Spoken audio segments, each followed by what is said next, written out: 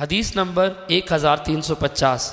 حضرت ابو موسا رضی اللہ عنہ فرماتے ہیں، میں اور میرے دوست جو میرے ساتھ کشتی میں آئے تھے اور مدینہ طیبہ میں بقیع کی پتھریلی زمین میں اترے تھے، ان میں سے کچھ حضرات باری باری عشاء کی وقت نبی اکرم صلی اللہ علیہ وسلم کی خدمت میں حاضر ہوئے تھے۔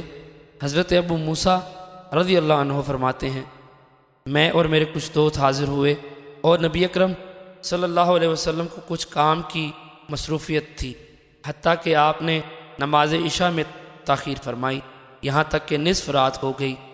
پھر آپ تشریف لائے اور صحابہ کرام کو نماز پڑھائی۔ نماز پڑھا چکے تو حاضرین سے فرمایا، اپنی اپنی جگہ ٹھہرے رہو، میں تمہیں تاخیر کی وجہ بتاؤں اور تمہیں خوشخبری دوں کہ تم پر اللہ تعالیٰ کی یہ نعمت ہے کہ اس وقت تمہارے علاوہ کوئی بھی نماز نہیں پڑھ رہا۔ راوی کہتے ہیں، مجھے معلوم نہیں، آپ نے فرمایا لیس من ناسی احد، یا فرمایا ما صلی ھذا الساعہ احد غیرکم، فرمایا مفہوم ایک ہی ہے۔ راوی فرماتے ہیں، حضرت ابو موسا رضی اللہ عنہ نے فرمایا، ہم رسول اکرم صلی اللہ علیہ وسلم سے یہ بات سن کر خوشی خوشی واپس آئے۔